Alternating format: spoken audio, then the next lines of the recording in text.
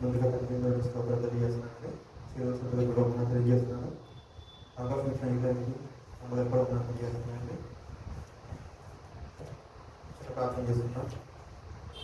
మా బాబు నమ్మకం బాగా లెక్కలేని వేలాలు మాట్లాడుకోవా రాత్రి కలిసి ప్రభావ ఈ సన్నిధిలో నిలబడి ప్రభావ ఈ యొక్క వాక్యాన్ని ప్రభావ బోధించగలిగే ప్రభావ అవకాశం ఇచ్చిన దాని వందనాలు ప్రభావ నేను నాకు తోడుగా కష్టపడతాను ప్రభావ నేను ప్రభావ నేను చాలా అనుకుంటాను ప్రభావ ఈ యొక్క వాక్యం చెప్పడానికి ప్రభావ నాకు అంత ఎక్స్పీరియన్స్ లేకపోయినా ప్రభావ మీకు ఈ దినం ప్రభావ ఈ రాత్రికాల ప్రభావ గొప్ప అవకాశం ఇచ్చేదాన్ని ప్రభావ మీరు నాకు తోడుగా ప్రభావ నన్ను మరుగుపరిచి ప్రభావ నాలుగు మీరు ప్రభావ మీరే మాట్లాడతాను ప్రభావ నేను చెప్తున్న వాక్యం ప్రభావ మాటలు ప్రభావ నేనైతే ప్రభావ అందరికి అర్థమయ్యే రీతిగా చెప్పలేని ప్రభావ మీరు ఒక అద్భుతం చేసి ప్రభావ అందరికి అర్థమయ్యేలా ప్రభావ నా మాటలు ప్రభావ మీరు తోడుగా కాచుకోవాలి ప్రభావ ఇచ్చిన వాక్యం ప్రభావ ఇచ్చిన మాట కూడా ప్రభావ మీరు ప్రభావ మీరు రీతిగా చెప్పాలి ప్రభావ సమయస్కున్న జ్ఞానాన్ని నాకు ఇచ్చిన ప్రభావ ముందు నడిపిస్తున్నారు ప్రభావ నాకు చేసుకోండి తండ్రి హల్లెలూయా. ఈరోజు యాక్చువల్గా మనము గత 26 రోజులు ఇది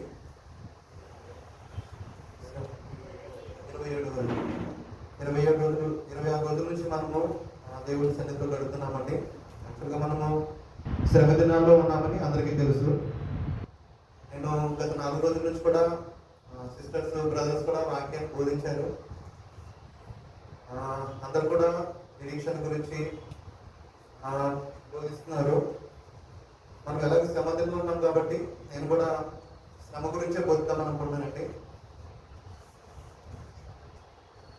ఆదికాండము 3వ అధ్యాయము 14వ అధ్యాయం నుంచి 19 వరకు చదువుకున్నామండి. చదువు.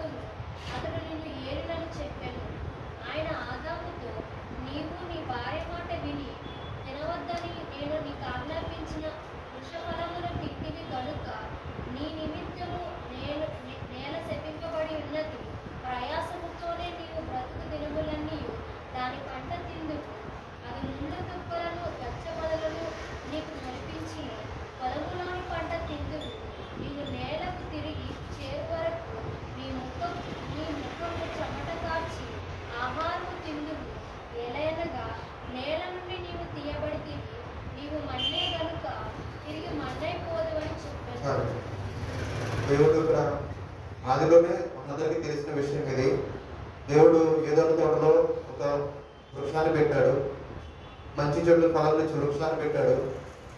దేవుడు వారికి ముందే ఆజ్ఞాపించాడు, ఈ పొలంలో దేనైనా తినచ్చు కానీ దాన్ని తినబడదని ఆజ్ఞాపించాడు. కానీ సర్పమ్మ మాట విని ఆదమ హవ్వలు ఏం చేశారండి? దేవుడి మాటను వ్యతిరేకించారు. సర్పమ్మ మాట విని మరిద్దరు కూడా హవ్వగారు ఫస్ట్ తిన్నారండి. తర్వాత తన భర్తకి అది ఇవ్వడం జరిగింది. ఆ క్షణంలో దేవుడు వచ్చాడు. దేవుడు వచ్చి ఆదాముని పిలిస్తే ఆదాము ఎక్కడో దాక్కుండి బయటికి రావడం అనమాట. దేవుడు ఆ విషయాన్ని అర్థం చేసుకుంటారు ముందే. అంటే వీళ్ళు ఏదైతే తినకూడదన్న ఫలాన్ని తినేశారని చెప్పేసి దేవుడికి అర్థమైపోయింది. ఆ క్షణంలో వాళ్ళు ఏం చేశాడంటే అక్కడ ఏమైంది? ముగ్గురికి శ్రమ కలిగింది కదండి. ఫస్ట్ ఏం చేశాడు? సర్పానికి క్షమించాడు, హవ్వగారిని కూడా క్షమించాడు. అది ఇప్పటికి కూడా ప్రతి స్త్రీ కూడా అనుభవిస్తున్న ప్రసవ వేదనతో, అంటే అది నెవర్ ఎండింగ్ అనమాట. దేవుడు చెప్పిన పనిని వాళ్ళు చేయకుండా వ్యతిరేకించిన మూలంగా దేవుడు ఆదాముని హవ్వని సర్పాన్ని ముగ్గురు కూడా క్షమించాడు. ఇప్పటికి కూడా మనుషులు ఇలా ప్రతిదినము రూఢీలకి వెళ్ళి కష్టపడి సంపాదించుకుని తింటున్నామంటే అది కేవలం ఆనాడు ఆదాము గారు చేసిన పాపం అనమాట. అప్పటి నుంచి శ్రమలు మనకి స్టార్ట్ అయ్యాయి ఆదిలోనే. అలాగే సర్పం కూడా, సర్పం ఏంటంటే అక్కడ స్పష్టంగా రాసి ఉంటుంది, జంతువులన్నింటిలోనూ శపించబడు. అంటే ప్రతి జంతువు కూడా, జంతువులు నేను కొన్ని వారికి ఇష్టమైన తింటూ ఉంటాయి, కానీ సర్పానికి మాత్రము కొట్టతోనే, ప్రతి కూడా కాళ్ళతో నడుస్తాయి, చేతులతో నడుస్తాయి, కానీ సర్పం మాత్రం కొట్టతోనే పాకుతూ ఉంటుంది. తన జీవితకాలం అంతా కూడా మన్నైతే బ్రతుకుతుందండి. దానికి ఒకటే టేస్ట్ అనమాట, రెండో టేస్ట్ అనేది ఉండదు. మనం కూడా జీవితంలో ఇది అసలు ఫస్ట్ ఈ శ్రమను మనం గుర్తు చేసుకోవాలండి. రెండవదిగా నెక్స్ట్ అనమాట, ఇది అయిపోయిన తర్వాత ఆదామహవ్వలు పుట్టిన తర్వాత అయిపోయిన తర్వాత దేవుడు వాళ్ళకి ఒక పిల్లని కలాలని చెప్పేసి ఒక ప్రణాళిక పెడతాడు. భూమిని ఫలించి అభివృద్ధి చేయమని చెప్తాడు కదా. ఆ తర్వాత ఏమవుతుందంటే నెక్స్ట్ వీళ్ళు పుట్టిన సంతానం ఫస్ట్ ఎవరండి? కయ్యను, హేబెలు, అంతే కదా. హేబెలు, కయ్యను కూడా నెక్స్ట్ వీళ్ళు ఏంటంటే ఫస్ట్ తల్లిదండ్రులు చేసిన పాపమే మళ్ళీ రిపీటెడ్ గా కయ్యని, హేబెలు కూడా ఏం చేస్తారండి? కయ్యని ఏం చేస్తారు? హేబెలు చంపేస్తాడు. హేబెలు యొక్క రక్తము నేల నుంచి అంట దేవుడికి మొరపెడుతూ ఉంటుందండి. అది జెనసిస్ 4:10, ఆదికాండము 4:10లో రాసి ఉంటుందండి.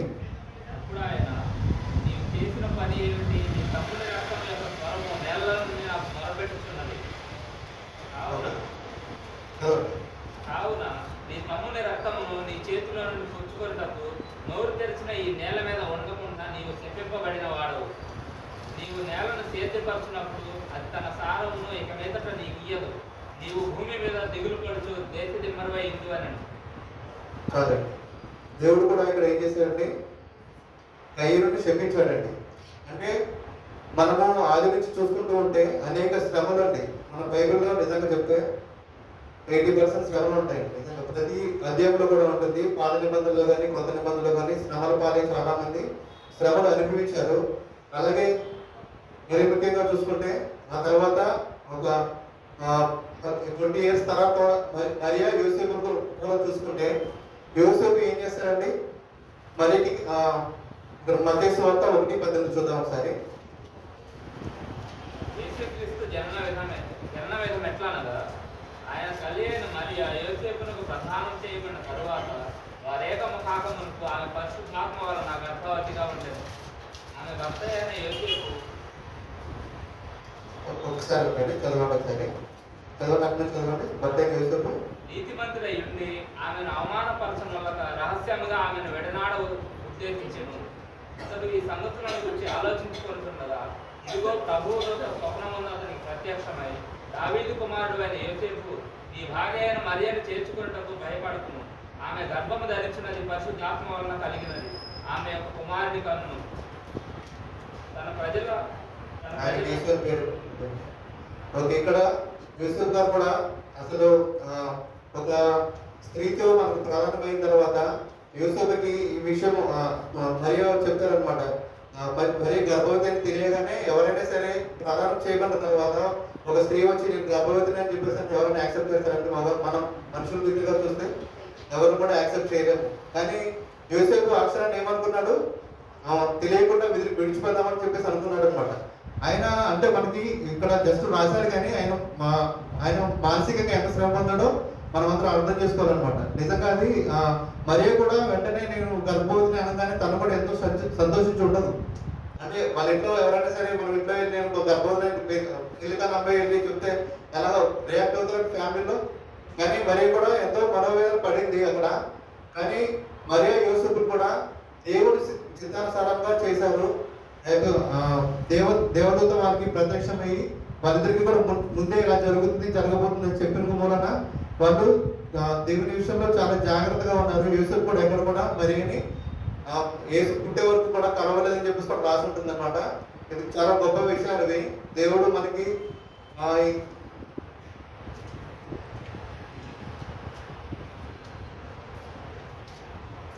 అలాగే యేసుక్రీస్తు వారు ప్రభువుల వారు గురించి మనము ప్రతిరోజు చదువుకుంటూ ఉంటాము. ఆయన పడ్డ శ్రమల గురించి కూడా మనం చాలా ఆలోచిస్తూ ఉంటాము. సిలువలో జ్ఞానాలు తీశారు, 1 40 కరోనాలు దెబ్బలు తిన్నారని చెప్పేసి మనం అనుకుంటాము. కానీ యేసు మత్తయి సువార్త 10వ అధ్యాయంలో మొదటి నుంచి చదువుకుంటే చదవకండి, చెప్తాను మామూలుగాని. చదవకండి. ఇక్కడ మత్తయి సువార్త 10వ అధ్యాయంలో యేసుకి 12 మంది శిష్యులు ఉంటారండి. ఆ శిష్యుల పేర్లు కూడా ఇందులో రాయబడి ఉన్నాయన్నమాట. దేవుడు ఈ అధ్యాయం చదువుకుంటే ఈ అధ్యాయంలో క్లుప్తంగా రాస్తాడండి. మొత్తం మీరు 12 మంది శిష్యులు ఉన్నారు కదా, మీరు నా దగ్గరికి ఎందుకు వచ్చారో అని చెప్పేసి ఇక్కడ మొత్తం రాస్తాడు. యేసు 12 మంది శిష్యులు పంపుచు వారిని చూచి వారికి ఆజ్ఞాపించదు ఏమనగా, మీరు అన్యజనుల దారిలో వెళ్ళకుడి, సమరయులు ఏ పట్టణంలోనైనా ప్రవేశించకూడదు కుడి అని ఇశ్రాయేలు వంశస్థులను నశించి గొర్రెలను వెతకే వినుడి, వెళ్ళుచు పరలోక రాజ్యం సమీపించి ఉన్నదని ప్రకటించుడి, రోగులను స్వస్థపరచుడి, చనిపోయిన వారిని లేపుడి, కుష్ఠరోగులను శుద్ధులుగా చేయుడి, దయ్యములను వెళ్ళగొట్టుడి, ఉచితంగా బుద్ధి ఉచితంగా వేయడని చెప్పేసి దేవుడు ఏం చేశాడంటే 12 మంది శిష్యులు కూడా ఒక పని చెప్పాడు. మీరు సర్వ సృష్టికి వెళ్ళి సర్వలోకానికి వెళ్ళి సువార్తను ప్రకటించమని చెప్పాడు దేవుడు. అదే రీతిగానే వీరందరూ కూడా దేవుడి ఇంట్లో ఈ 10వ అధ్యాయంలోనే 16వ వచనం, ఇదిగో తోడేల మధ్యను గొర్రెల మధ్యను పంపినట్టు నేను మిమ్మల్ని పంపించున్నాను కనుక పాముల వల్ల వివేకులను పావురం వల్ల నిష్కపట్టులనే ఉండుడి, మనుషులను గురించి జాగ్రత్త పడుడి, వారు మిమ్మల్ని మహాసభలకు అప్పగించి తమ సమాజ మందిరంలో మిమ్మల్ని కొరడాలతో కొట్టిందురు, విరిగిన అన్యజనులకు సాక్షార్థమై వాటిని సాక్షార్థమైన నా నిమిత్తము మీరు అధిపతులు ఎదుగు రాజులు ఎదుగు తేబడుదురు. ఓకే, ఇక్కడ కూడా రాస్తున్నాడండి. దేవుడు ముందే చెప్పేశాడు, మీరు నాతో ఉంటున్నారు, మీరు సర్వసృష్టికి స్వార్థను ప్రకటించాలి, స్వార్థ ప్రకటిస్తే ఏమవుతుంది అని చెప్పేసి క్లియర్గా కూడా చెప్తున్నాడు.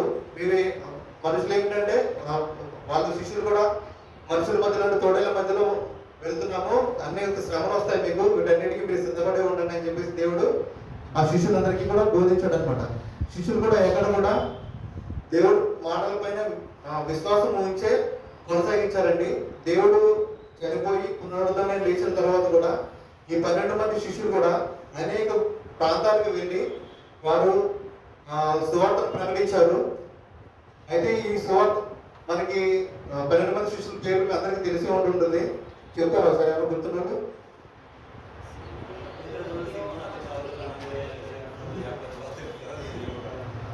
ఓకే, మొదటిగా పేతురు గురించి చదువు. పేతురు ఏం చేశాడో అతను ఎలాగా శ్రమ పొందాడు ఒకసారి చెప్తానండి. పేతురు అనగా రాయి అనమాట. అంతే కదా. మరియు నువ్వు పేతురు ఈ బండపై పాదములకు దారం చెప్పి నీకు ఇస్తానని చెప్పేసి పేతురుతో దేవుడు చెప్తాడు అనమాట. కానీ దేవుడు మాటలు విని అనేక చోట్లకి వెళ్ళి సువార్తను ప్రకటించాడు. చివరికి అతను ఏమైపోయాడంటే తలకిందులుగా సెలవు వేసి చంపేశారండి పేతురుని. అలాగే రెండో వ్యక్తి ఎవరండి? ఆంద్రేయ అంటే సహోదయం గలవాడు అనమాట. మొదట సిలువ వేసిన వ్యక్తి ఇతనే అండి. ఇతను రాళ్ళతో కొట్టి సిలువలో తలకిందులుగా లాస్ట్గా సెలవు వేసేసి వేగులతో కొట్టలేదు కానీ కాళ్ళు చేతులు కట్టేశారండి. అయినా కానీ ఆంద్రేయ 2 దినములు సిలువలో ఉండి కూడా అక్కడ చుట్టూ ఆయన సిలువలో వేస్తే ఆయన దగ్గరికి వచ్చిన ప్రజలు కూడా 2 రోజులు కూడా సువార్త చెప్తూ చనిపోయాడు అనమాట ఆంద్రేయ. అలాగే యాకోబు గారండి. యాకోబు కూడా శిరఛేదనం చేసి చనిపోయాడు అనమాట యాకోబు గారు. 4వ వ్యక్తి యోహాను. ఈ 12 మంది శిష్యుల్లో నార్మల్ డెత్ పొందిన వ్యక్తి ఒకరు ఎవరు ఉన్నారంటే యోహాన్ గారు అండి. యోహాన్ గారు కూడా చాలా సహజ మరణాన్ని పొందారు. యేసుక్రీస్తు తల్లిని చివరికి యోహానికి అప్పచెప్పారు అనమాట. శిష్యుని దగ్గర తన తల్లి వెళ్ళి యోహాన్ దగ్గర ఉంటుంది. యోహాన్ గారు కూడా సలసల కాగే నూనె తన మీద పోసినా కానీ తను చనిపోలేదు అనమాట. సరే లాభలేదని చెప్పేసి పద్మాస దీపం అంటే అంధకార దీపంలో పడేస్తాడు అనమాట ఆయన్ని. అందులో పడేసినా కానీ ఆయన 10 సంవత్సరాలు ఆ పద్మాస దీపంలోనే ఉంటారు. చివరికి ఆ పద్మాస దీపంలో ఉండే ప్రకటన గ్రంథాన్ని యోహాన్ గారు రాశారండి. చివరికి 101 సంవత్సరాలు బ్రతికి అతను సాధారణ మరణం పొందారనమాట యోహాన్ గారు. 5వ వ్యక్తి ఫిలిప్ అనమాట. ఫిలిప్ అనగా గుర్రములను ప్రేమించేవాడు. ఈయన ఆసియా, ఈజిప్టు, ఫిలదెల్ఫియా ఈ ప్రాంతంలో సేవ చేస్తూ వచ్చారండి. ఇతను ఏమిటంటే ఇతను కూడా సెలవు వేసి కొరడాలతో కొట్టి చంపబడ్డారండి. అయితే 6వది బర్తలోమయి.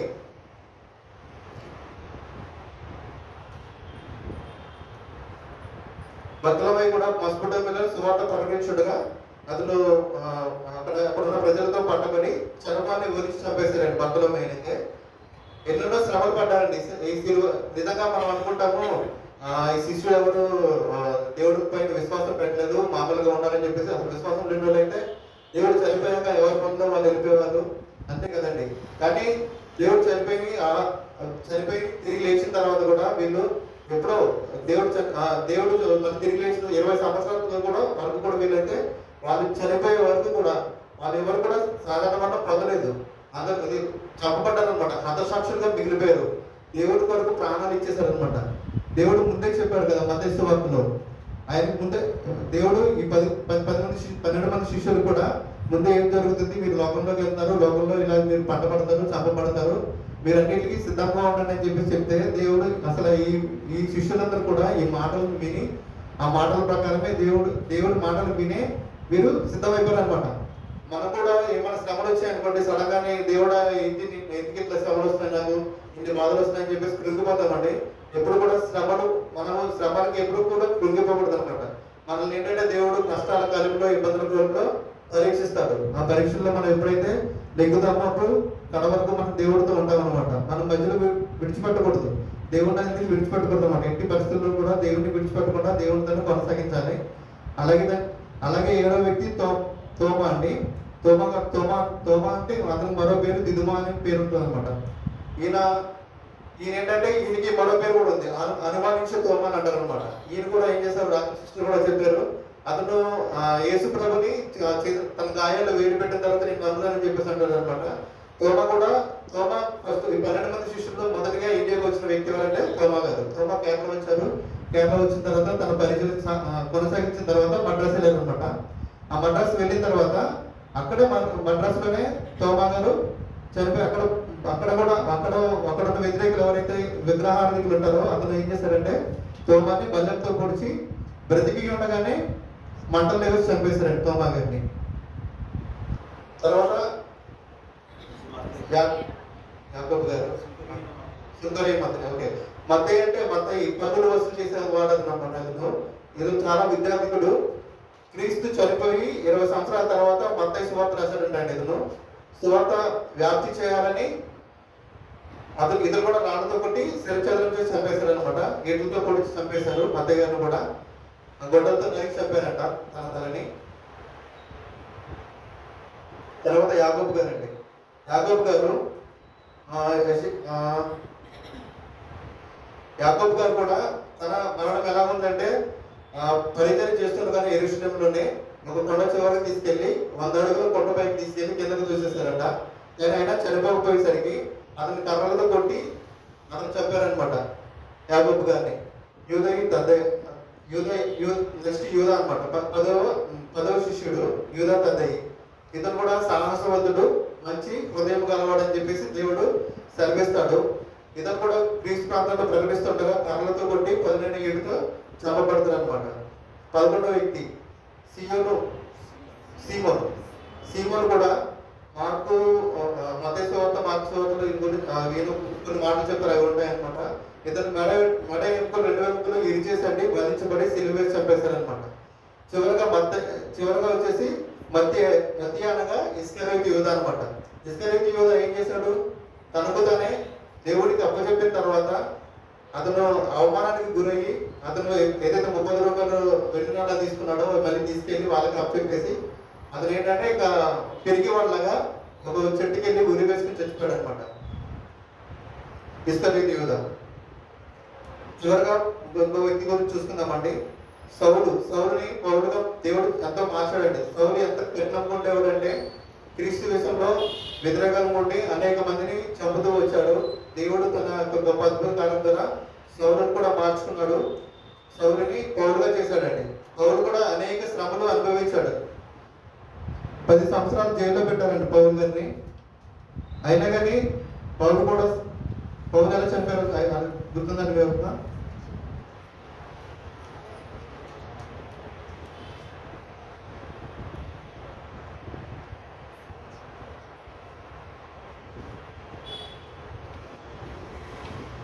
పౌరు గారిని కూడా శిరఛేదనం చేసి చంపేశారంట.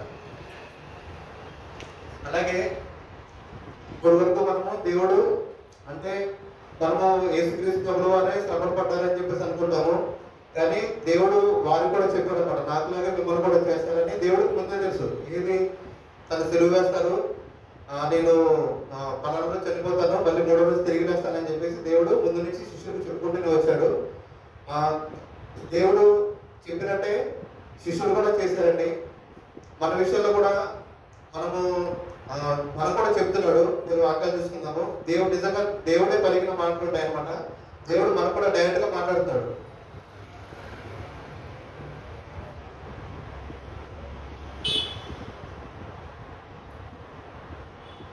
మొదటి పేతురు 4వ అధ్యాయము 12వ వచనం. మిమ్మల్ని శోధించుటకు మీకు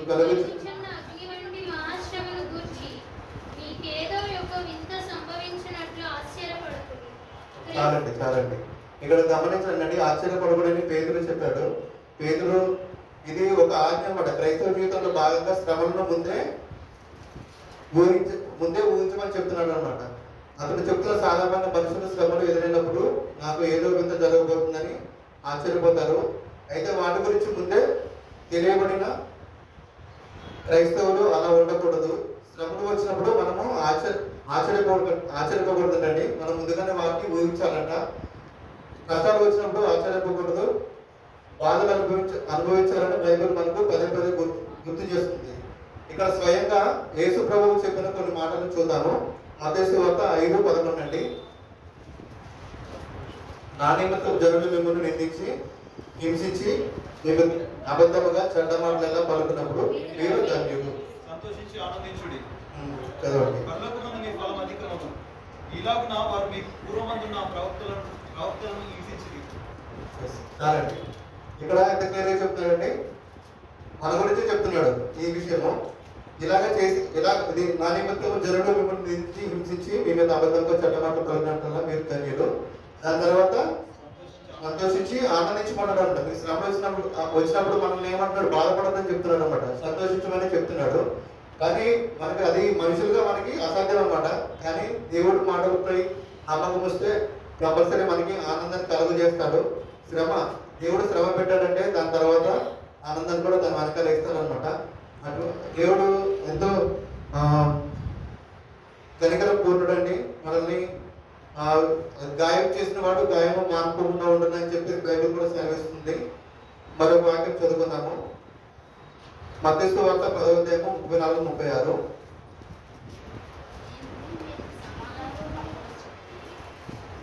నేను భూమి మీదకి సమాధానం పంపవచ్చునని తలచుకుని ఖడ్గమునే కానీ సమాధానం పంపడం నేను రాలేదు.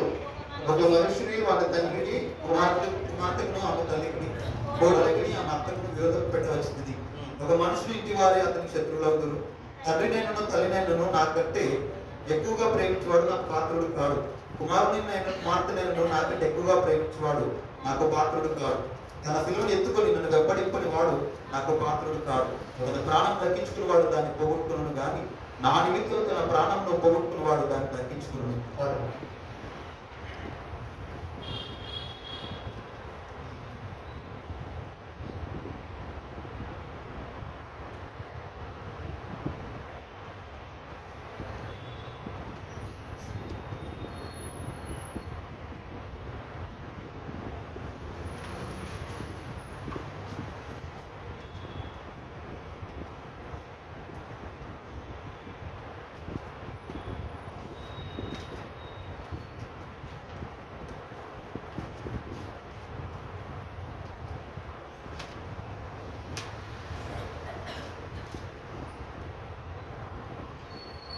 అలాగే మనము ఆ బైబిల్లో కొంతమంది కూడా చాలా మంది దేవుని మాటలు విని సమయాలు గారు బాలుడైన సమయాలు కూడా చిన్నప్పటి నుంచి ఆ యొక్క దేవుని మాటలు వింటూనే దేవుళ్ళనే ఎదిగాడండి సమయాలు గారు. ఆయన మనకి సమయాల గురించి అందరికీ తెలుసు. అతను హన్నా కొడుకు కదండి సమయాలు. సమయాలు గారు కూడా తన జీవితంలో చేసిన క్రియలు అనేకమైనవి ఉన్నాయండి. అలాగే యెషయా గారు కూడా అతను కూడా చిన్నపిల్లవాడుగా ఉన్నప్పుడే అతను దేవుళ్ళకి వచ్చి అంతకు వరకు దేవుళ్ళనే ఉన్నారు వీళ్ళందరూ కూడా. కానీ జోసెఫ్ కూడా చిన్నప్పటి నుంచి అతను జోసెఫ్ కూడా చూసుకుంటే జోసెఫ్ చిన్నప్పటి నుంచి ఎంతో గానవంగా వాళ్ళ తండ్రికి ముందుగా పెంచుకున్న కొడుకుని చివరికి ఏం చేస్తారంటే అతను వాళ్ళ అన్నని కూడా యోసేపుని అమ్మేస్తారు. అతను అలా అమ్మేసినా కానీ చిన్నప్పుడు ఏ దేశానికి అయితే బానిసగా వెళ్ళిపోతాడో ఆ దేశానికి అతను రాజుగా నిలబడతాడండి యోసేపు గారు. ఎంత అంటే ఇతను ఏంటంటే ఎప్పుడు కూడా దేవుడిపై నమ్మకం ఇచ్చినాడు, ఎప్పుడు కూడా త్రొట్టెలలేదనమాట. దేవుడి మాటలను ఎప్పుడు కూడా త్రొట్టెలకుండా దేవుడు నిలబడ్డాడు. ఎల్లప్పుడు కూడా మనం కూడా దేవుడిలో నిత్యం కూడా దేవుడి మాటలను పెడచం పెట్టకుండా దేవుడి మాటలు వింటూనే దేవుడిని విడిచిపెట్టకుండా ఎన్ని కష్టాలు వచ్చినప్పటికీ ఎన్ని శ్రమలు వచ్చినప్పటికీ కూడా మనం దేవుడిలోనే ఎదగాలండి. ఇటు వాక్యాన్ని దేవుడు దీవించగాక ప్రార్థన చేసుకుంటున్నాం.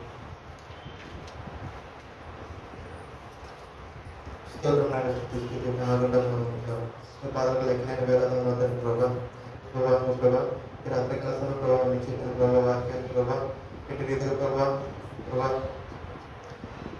ప్రభావ కూర్చున్న వారికి చేయదు నాకైతే తెలియదు ప్రభా. నేను నాలో ఉన్న ప్రభా లోపల క్షమించిన ప్రభా, నాలో ప్రభావ ఎదుగుతున్నాను ప్రభా, త్వరగా ప్రభా, నమ్మది కలిగి ప్రభా ఉండేటట్టు ప్రభావ మీరే దీవించాల్సిన ప్రభావ, ఈ సంఘాన్ని కూడా దీవించాల్సిన ప్రభా, సంఘ సభ్యులు సంఘ స్థాపన కూడా దీవించాల్సిన ప్రభా, వచ్చే ప్రభా మన వాక్యం ద్వారా ప్రభావ మీరు మమ్మల్ని బలపరచిన ప్రభావ, ఆత్మీయంగా బలపరిచి స్థిరపరచిన ప్రభావ, ఇచ్చిన మాటల ద్వారా ప్రభావ మీరు మమ్మల్ని ప్రభావ ఆత్మీయంగా బలపరుస్తున్న చేసుకుంటారు ప్రభావ, ఇచ్చిన ప్రార్థన వేడుకున్న ప్రభావ